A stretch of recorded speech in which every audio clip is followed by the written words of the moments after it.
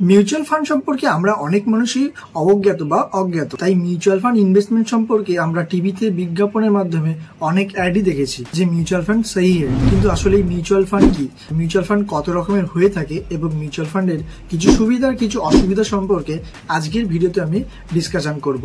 নমস্কার, আমার নাম রোহিত রয়, আপনি দেখছেন ইনভেস্টিগেট চ্যানেল। আমরা প্রথমেই আলোচনা করব মিউচুয়াল ফান্ড কি। মিউচুয়াল ফান্ড হলো একটি সম্মিলিত অর্থ যেখানে অনেক মানুষ টাকা এক জায়গায় জড়ো করে সেটা শেয়ার মার্কেটে ইনভেস্ট করা হয়। অর্থাৎ শেয়ার বাজারে ইনভেস্ট করার জন্য একটা ফান্ড রেজ করা হচ্ছে। এখানে আমি কিংবা আপনি অনেক মানুষই এই ফান্ডে টাকা জমাচ্ছি শেয়ার মার্কেটে ইনভেস্ট করার জন্য। অর্থাৎ শেয়ার বাজারে ইনভেস্ট করার জন্য একটা ফান্ড রেজ করা হচ্ছে যেখানে আমি কিংবা আপনি এই এএমসি কোম্পানিগুলোকে টাকা দিচ্ছি। অর্থাৎ অ্যাসেট ম্যানেজমেন্ট কোম্পানি যেমনটা HDFC bank, SBI bank, Axis bank, Aditya Birla capital, Reliance, এদের প্রত্যেকেরই এএমসি কোম্পানি অর্থাৎ অ্যাসেট ম্যানেজমেন্ট কোম্পানি আছে। এরা আমাদের সম্মিলিত টাকাগুলিকে নিয়ে শেয়ার মার্কেট বা স্টক মার্কেটে ইনভেস্ট করে থাকে। এরা যখন আমাদের সম্মিলিত টাকাগুলোকে নিয়ে শেয়ার বাজারে ইনভেস্ট করছে, যখন শেয়ার কিনছে, যখন সেই শেয়ারের ভ্যালু যখন বেড়ে যাচ্ছে, তখন আপনার মিউচুয়াল ফান্ডের ইনভেস্টমেন্টটাও কিন্তু বেড়ে যাচ্ছে। আবার সেই শেয়ারের ভ্যালু যখন কমে আসছে, তখন আপনার মিউচুয়াল ফান্ডের ইনভেস্টমেন্টটাও কিন্তু কমে আসছে। অর্থাৎ ঘুরিয়ে ফিরে কিন্তু এটা শেয়ার বাজারে ইনভেস্ট করা হচ্ছে। কিন্তু এখানে আপনাকে নিজে থেকে কোনো শেয়ারে ইনভেস্ট করতে হচ্ছে না। আপনি আপনার টাকা এই এএমসি কোম্পানিগুলোকে দিয়ে দিচ্ছেন এবং এই এএমসি কোম্পানিগুলো মার্কেটকে সঠিকভাবে অ্যানালাইসিস করে আপনার টাকাটি শেয়ার বাজারে ইনভেস্ট করছে এবং তার বিনিময়ে আপনাকে প্রফিট দেওয়ার চেষ্টা করছে। মূলত এটাকেই বলা হয়ে থাকে মিউচুয়াল ফান্ড। নেক্সট হলো আমাদের মিউচুয়াল ফান্ড কত রকমের হয়ে থাকে। মিউচুয়াল ফান্ড আপনার ইনভেস্টমেন্ট পারপাস অনুযায়ী বিভিন্ন রকমের হয়ে থাকে। অনেক রকম মিউচুয়াল ফান্ড মার্কেটে কিন্তু দেখতে পাওয়া যায়। আপনার ইন্টারেস্ট অনুযায়ী কিন্তু এই মিউচুয়াল ফান্ডগুলি ডিজাইন করা হয়েছে। যেমনটা equity mutual fund, debt mutual fund, balancing বা hybrid mutual fund, index mutual fund, sector mutual fund, tax saving mutual fund. মূলত এরকম কিছু বিভিন্ন রকম মিউচুয়াল ফান্ড থাকে। Equity mutual fund, equity mutual ফান্ডে আপনার মূলত এটা স্টকে ইনভেস্ট করা হয়ে থাকে। আপনি যদি এই মিউচুয়াল ফান্ডে আপনার টাকাটি বিনিয়োগ করে থাকেন, তাহলে আপনার টাকাটি বিভিন্ন কোম্পানির শেয়ারে বা স্টকে ইনভেস্ট বা বিনিয়োগ করা হবে। এই মিউচুয়াল ফান্ডে আপনার একটা হাই রিস্ক থাকছে এবং তার সাথে একটা হাই রিটার্ন পসিবিলিটি থাকে। ইকুইটি মিউচুয়াল ফান্ডের তিনটি ভাগ রয়েছে, একটা large cap mutual fund, small cap mutual fund আর একটা মিড ক্যাপ মিউচুয়াল ফান্ড। যখনই আপনি ইকুইটি মিউচুয়াল ফান্ডে নিবেশ করতে যাবেন, তখন দেখবেন এই তিনটে পরপর ভাগ থাকে। মার্কেট ক্যাপিটালাইজেশন অনুযায়ী এটা কিন্তু ডিজাইন করা হয়েছে। লার্জ ক্যাপ হচ্ছে যেগুলো বড় বড় কোম্পানি থাকে, তার মার্কেট ক্যাপিটালাইজেশন অনুযায়ী তাকে লার্জ ক্যাপ মিউচুয়াল ফান্ড বলা হয়। মিড ক্যাপে আপনার মার্কেট ক্যাপিটালাইজেশন অনুযায়ী এখানে আপনার মিডিয়াম কোম্পানিগুলো থাকে। স্মল ক্যাপ মিউচুয়াল ফান্ডে ছোট ছোট যেগুলো শেয়ার মার্কেটে সদ্য লিস্টেড হয়েছে সেই কোম্পানিগুলো কিন্তু লিস্টেড থাকে। সেখানে কিন্তু স্মল ক্যাপে আপনার সব থেকে বেশি রিস্ক থাকে আর সব থেকে বেশি রিটার্ন পাওয়া যায়। মিড ক্যাপে কিন্তু আপনার মিডিয়াম একটা রিস্ক থাকে আর রিটার্নটাও মডারেট পাওয়া যায়। আর লার্জ ক্যাপে আপনার মোটামুটি একটা ভালো রিটার্ন পাওয়া যায়। কিন্তু মনে রাখবে, ইকুইটি মিউচুয়াল ফান্ডে কিন্তু আপনার হাই রিস্ক এবং হাই রিটার্ন থাকছে, কেননা এইখানে যেহেতু এটা স্টক মার্কেটে শেয়ারে বিনিয়োগ করা হচ্ছে, তাই শেয়ারের ভ্যালু যখন বেড়ে গেল তখন আপনার মিউচুয়াল ফান্ডে ইনভেস্টমেন্ট কিন্তু বেড়ে গেল। শেয়ারের ভ্যালু যখন কমে গেল তখন কিন্তু আপনার মিউচুয়াল ফান্ডে ইনভেস্টমেন্টটাও কিন্তু কমে গেল। তাই যখনই আপনি নিবেশ করতে যাবেন জিনিসগুলো ফলো করবেন। এরপরে হচ্ছে date mutual fund. Debt mutual ফান্ডে আপনার একটা ফিক্সড ইনকাম থাকে। এই ডেট মিউচুয়াল ফান্ডে মূলত গভর্নমেন্ট সিকিউরিটিজ, গভর্নমেন্ট বন্ডসে বিনিয়োগ করা হয়ে থাকে। তাই এখানে আপনার ইকুইটি মিউচুয়াল ফান্ডের থেকে একটু কম রিস্ক থাকে। থার্ড হচ্ছে হাইব্রিড বা ব্যালেন্সিং মিউচুয়াল ফান্ড বলা। ব্যালেন্সিং মিউচুয়াল ফান্ডে আপনার কি ডেট মিউচুয়াল ফান্ড আর ইকুইটি মিউচুয়াল ফান্ড এই দুটোই কিন্তু মিশ্রিত থাকে। তাই এখানে যখন আপনি নিবেশ করতে যাবেন তখন কিন্তু আপনার মিউচুয়াল ফান্ডের ব্যালেন্স শিটটা কিন্তু ব্যালেন্সিং হয়ে যাবে। যেহেতু আপনার 50% টাকা থাকছে স্টকসে ইনভেস্ট করা, যেটা ইকুইটিতে পড়ছে, আর একটা থাকছে আপনার ডেপতে, আর একটা 50% আপনার টাকা যাচ্ছে গভর্নমেন্ট সিকিউরিটি, গভর্নমেন্ট বন্ডসে। তাই একদিকে যদি আপনার মার্কেট পড়েও যায়, এদিকে আপনার মার্কেট কিন্তু উপরে যাবে। তো এই ক্ষেত্রে আপনার পোর্টফোলিওটি গ্রিন হওয়ার সম্ভাবনাটা বেশি থাকে, আপনার পোর্টফোলিওটি ব্যালেন্স হয়ে গেল। কি হচ্ছে আমাদের index mutual fund. Index mutual ফান্ডে আপনার মূলত ইন্ডেক্সে নিবেশ করা হয়ে থাকে। যেমন আমাদের ইন্ডিয়াতে রয়েছে NFT 50, সেন্সেক্স, ব্যাংক এনএফটি, ফিনএফটি, বিভিন্ন এরকম কিন্তু ইন্ডেক্স রয়েছে। আপনি যদি এই ইন্ডেক্স মিউচুয়াল ফান্ডে টাকাটি জমা করেন, তাহলে ইন্ডেক্স পারফরমেন্স যেমন করবে, যেরকম এনএফটি 50 তে আপনার টোটাল 50টা কোম্পানি রয়েছে, তো এই 50টা কোম্পানি যেরকম পারফরমেন্স করবে সেই অনুযায়ী কিন্তু আপনার ইন্ডেক্সটাও পারফরমেন্স করবে। সেইভাবে ব্যাংক এনএফটি শুধু ব্যাংকিং সেক্টর গুলোই রয়েছে, তো ব্যাংকিং সেক্টরে পারফরমেন্স যেরকম ভালো হবে সেরকম ভাবে কিন্তু আপনার মিউচুয়াল ফান্ডের গ্রোথটাও হবে।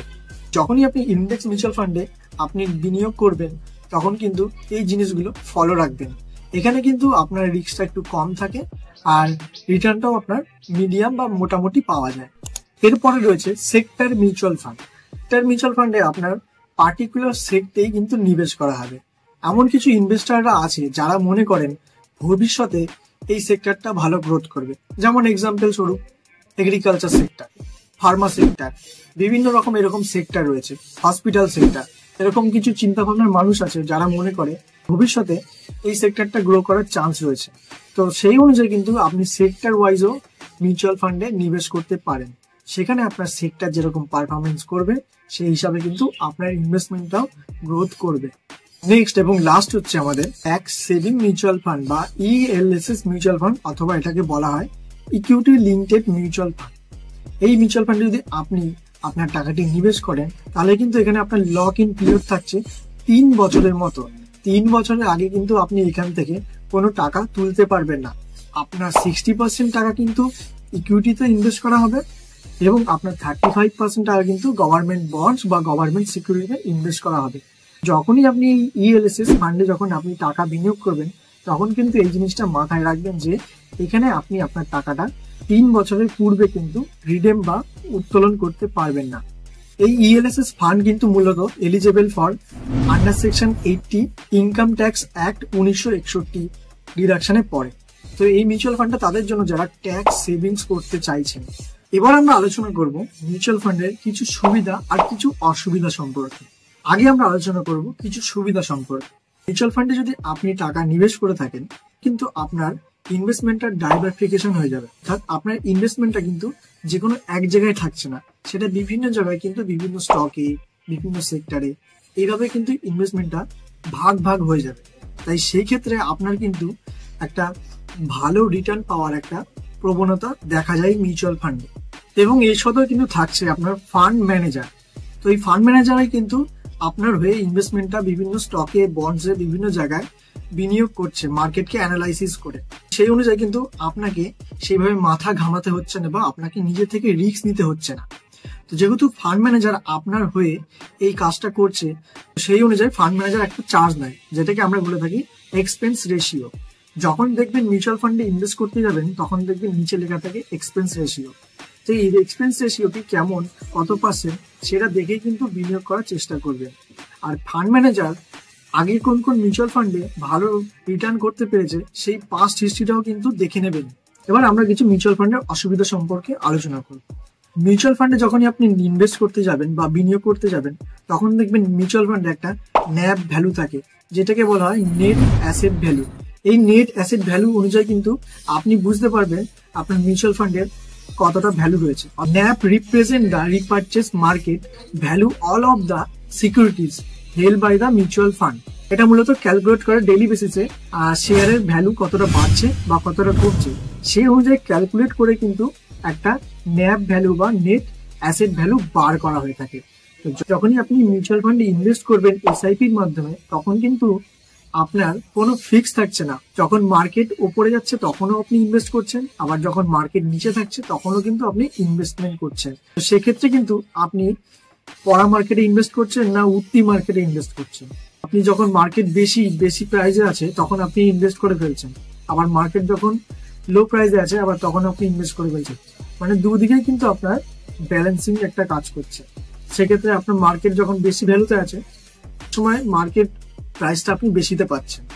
এরপরে আমরা বলবো এখানে রিস্ক কতটা থাকছে। দেখুন মিউচুয়াল ফান্ডে আপনার রিস্ক তো থাকছে, যেহেতু এটা market related, share market related. আপনি যেহেতু ইনডিরেক্টলি ভাবে কোনো শেয়ারে নিবেশ করছেন, আপনাকে নিজে থেকে মাথা ঘামিয়ে কোনো স্টকে বা শেয়ারে ইনভেস্ট করতে হচ্ছে না, যেখানে আপনার নিজস্ব তো একটা রিস্ক থাকে। যেহেতু আপনি মিউচুয়াল ফান্ডের মাধ্যমেই এটা ইনভেস্ট করছেন সেক্ষেত্রে কিন্তু আপনার কি যে দেখাশোনা করছে, যে ফান্ড ম্যানেজার, সে কোথায় কোথায় ইনভেস্ট করছে সেটা কিন্তু একটা গুরুত্বপূর্ণ ভূমিকা পালন করে। সে যদি ভুলভাল স্টকে ইনভেস্ট করে ফেলে তাহলে কিন্তু আপনার মিউচুয়াল ফান্ডের ভ্যালুটা, যখন শেয়ার মার্কেট পড়ে যেতে থাকবে তখন কিন্তু আপনার লস হওয়ারও চান্স রয়েছে। তাই এটা একটা ডিসঅ্যাডভান্টেজের মধ্যে পড়ে, রিস্ক রয়েছে এখানে। তো এই রিস্কটা মেনেই কিন্তু শেয়ার মার্কেটে মিউচুয়াল ফান্ডে বিনিয়োগ করার চিন্তা ভাবনা রাখবেন। তো এই ছিল সম্পূর্ণ মিউচুয়াল ফান্ডের সম্পর্কে বিস্তারিত কথা, বিস্তারিত তথ্য, যা আপনার কাছে আমি রিপ্রেজেন্ট করলাম। আশা করছি ভিডিওটি সকলের ভালো লেগেছে। যদি ভিডিওটি ভালো লেগে থাকে তাহলে অবশ্যই একটা লাইক করবেন, কমেন্ট করে জানাবেন কেমন লেগেছে এবং চ্যানেলটি সাবস্ক্রাইব করে রাখুন। পরবর্তী সময় এরকম আরো ইনফরমেটিভ ভিডিও আপনাদের জন্য নিয়ে আসতে চলেছে।